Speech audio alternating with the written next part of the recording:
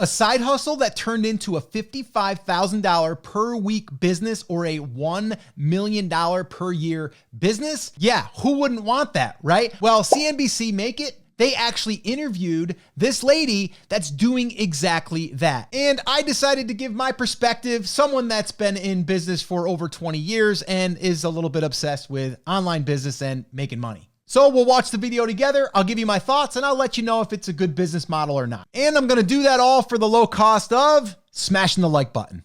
All right, let's get started. This one is $4.29, and then I'll show you guys this guy. Last night, we sold $55,000 in sales. Wait a minute. So it looks like all she's doing is holding up the purse in front of an iPad, I believe. So she must be going live. And she says she just did $55,000 in like one day. So that's pretty crazy. Let's see what else she has to say. Just being able to say $55,000 in like a matter of 2 minutes blows my mind. Like, I still don't believe this is real life. Quick run through. $5.99. When my business started making six figures, that's when I was like, oh, okay, maybe we should rethink this and see if I should pursue this full time. So I think she did make up her mind. She's probably going full time. I'm going to guess that she's full time now, but let's find out.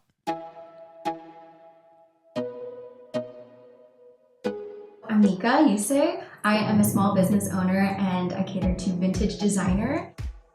Everything has always been very curated based on like my style, like my love for fashion. Every bag that I pick out, I'm just going to jump in here real quick. So this is her passion. And she just said it, right? Like her passion has been just vintage bags, but probably design and fashion, right? So she has found an angle of something that she's interested in and something that other people are interested in that she can turn into a business. So anytime you're thinking about a side hustle, I definitely would encourage you to think about something that you're already interested in or something that you're doing that you might be able to do yourself. Myself and my wife, years ago, we were taking our kids to go get pictures taken in a photography studio. And my wife said, I could do this and I would love to do this. And we ended up starting a side hustle, doing photography for families, and we turned that into a full-fledged business. So that's how a side hustle can definitely start as a side hustle, but get turned into a full-fledged business. So I love this story.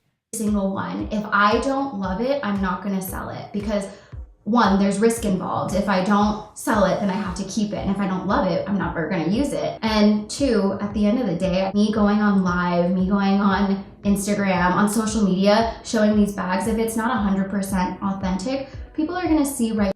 So it looks like she's using TikTok. So she is doing something that I always tell people, like the number one thing that you could do for yourself in business is have an audience. And she's using TikTok, it looks like. Again, it's an audience, it's a platform, whether it's YouTube, whether it's TikTok, whether it's Instagram, doesn't matter. And that's what she's using. I would love to know more about how she built that audience. We'll see if she says anything about that. It might even be someone that I'd like to reach out to and maybe interview for my podcast, because I always love to hear how they built the audience that leveraged or that is able to be leveraged to be able to sell these products. So great story. Right through you. Like, I always think that like, oh, maybe my website glitched because everything says sold out. But like, you guys are really just so freaking fast. Is everything sold out?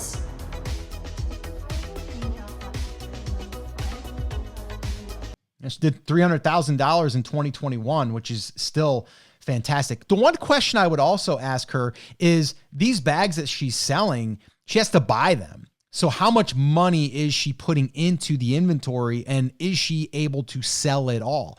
That would be something that I would want to know the answer to. They might tell us, we'll find out.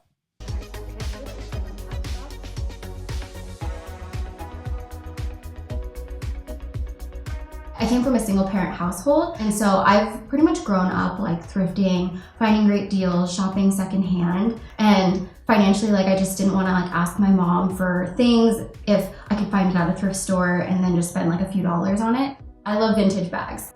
I feel like they have more character. They're really unique. At the end of the day, very good quality because they're 20, almost 30-year-old bags.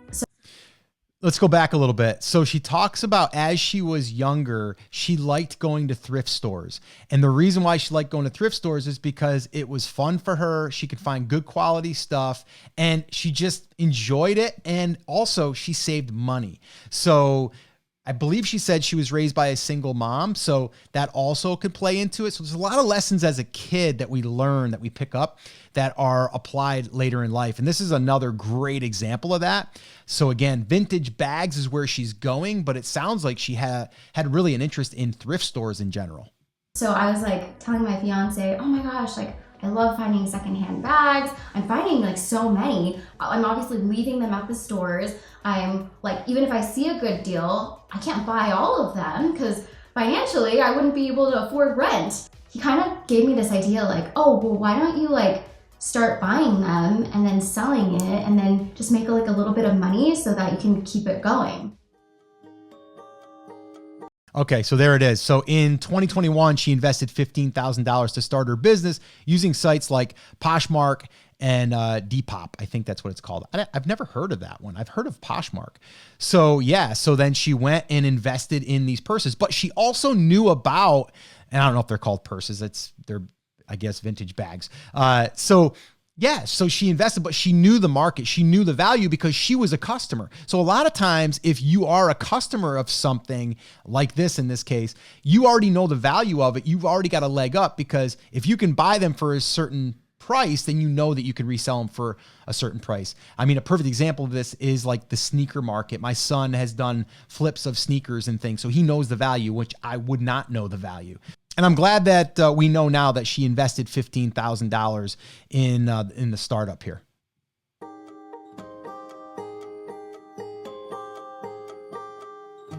Putting a lot of money on the line is extremely scary to me. And I think it also comes from like, you know, I came from a single parent household.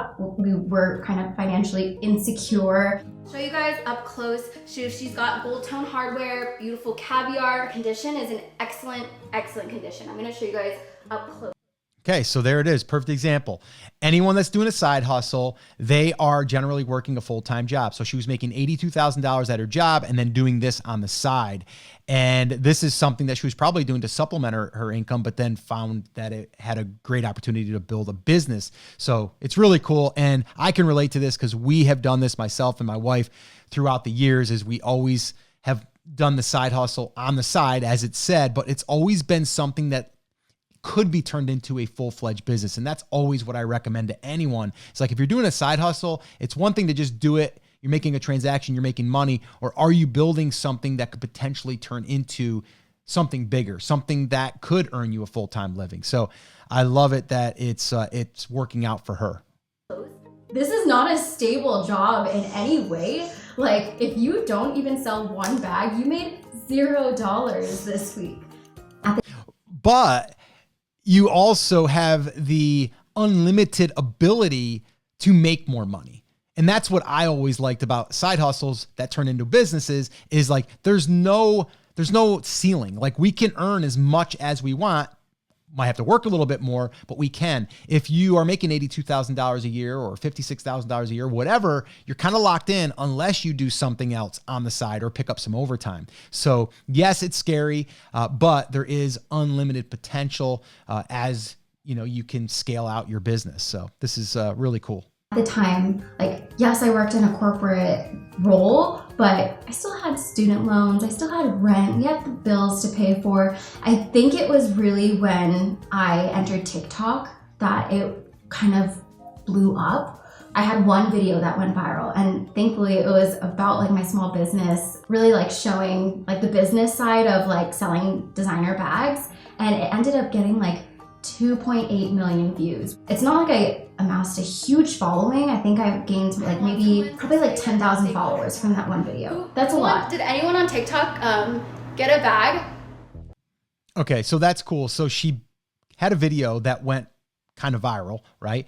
And from that video, she was able to get 10,000 followers. Now, I don't know how many she has right now. Maybe we'll learn that a little bit later, but it goes to show you that, yes, if you have a video that goes viral, that's one thing, but it's then what did she do with the audience after that? And that's where selling these bags comes into play. So yeah, it's also a really, really good thing that she did.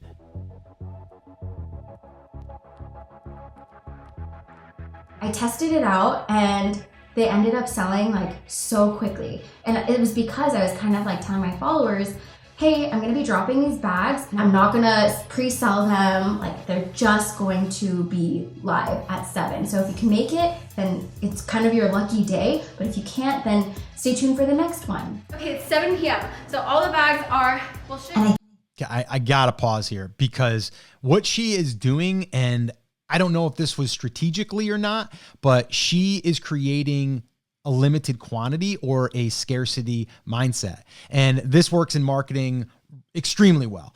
And the reason why is because if you feel like you're going to miss out and you want that, you have to act now. And this works in promotions that you can do within your business, and we do them in our businesses, and it works every single time. She's doing a drop every single week. So every week, she is basically saying like, we have these, they're limited. I only have one of each. If you want one, be there. And if you miss out, I'm sorry, but we'll do another drop next week and there'll be different ones. You won't be able to buy that one. So it makes people want to, number one, show up and see what bag she has, but then also what ones they might want. And then there's a scarcity play there that they might not get it. I was making 5 figures at my corporate job. And then when my business started making 6 figures, that's when I was like, oh, okay, maybe we should rethink this and see if I should pursue this full time. I love it. Yeah. This reminds me of a bag that I actually have. It's the double-sided one that we sold with the large. You think it would be like easier? I think everyone needs to have their number. Hers was 6 figures. Like, so I think in her head, she was like, if I hit 6 figures, I'm going to leave my job, because what if I leave my job? I'm going to be able to grow this even more because I'll have more time to spend on that.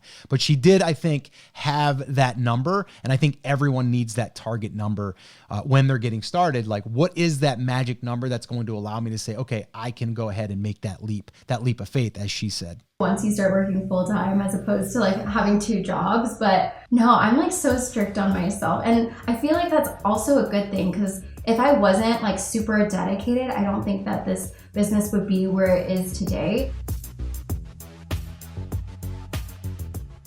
The beginning of the week is Mondays. So Mondays are when I kind of look at my inventory and I have an idea of how many bags I want to sell. So typically right now, I'm trying to sell between 20 to 30. That's been my goal. And I'm very strategic with what kind of bags every drop too, because I kind of want there to be a variety. So once we've got that figured out, then I'll meet with my photographer and we'll have our photo shoot. Ooh, yeah. Oh my God, it's so cute.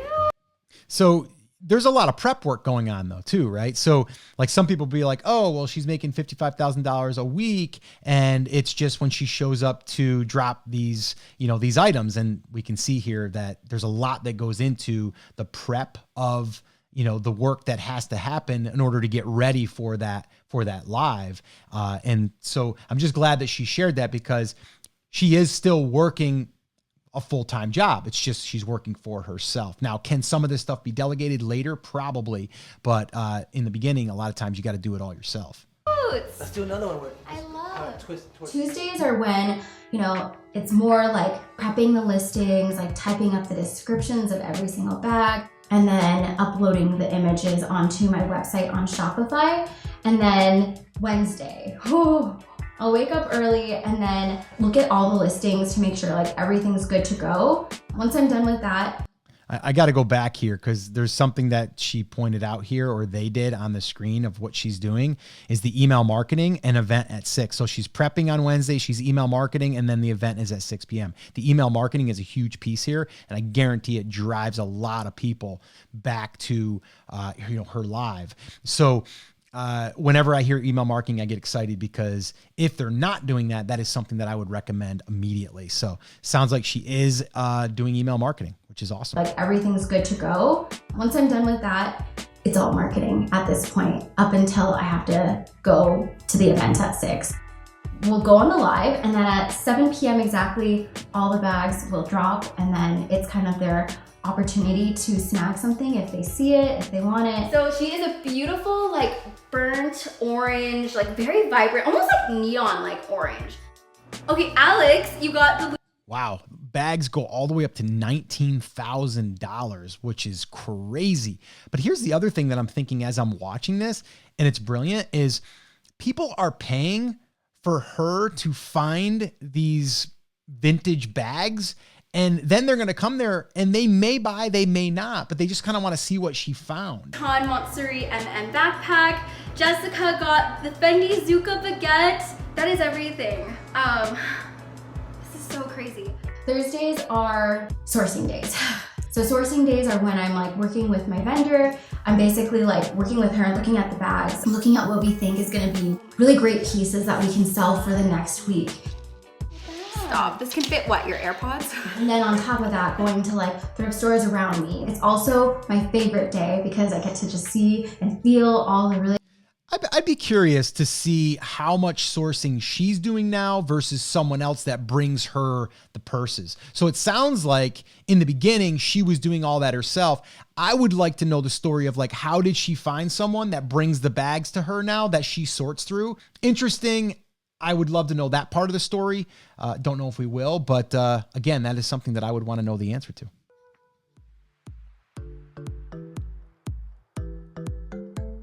I've actually hired my mom and my sister to help me pack orders. I was thinking, like, if I was to hire my mom and my sister, for example, and have them ship out my orders, I would gain a full day. And what does that full day look like? A full day could mean I can add an additional 5, maybe even 10 bags to my inventory for the next drop. So it's kind of like holding myself to it that if you hire someone, you have to do something in exchange.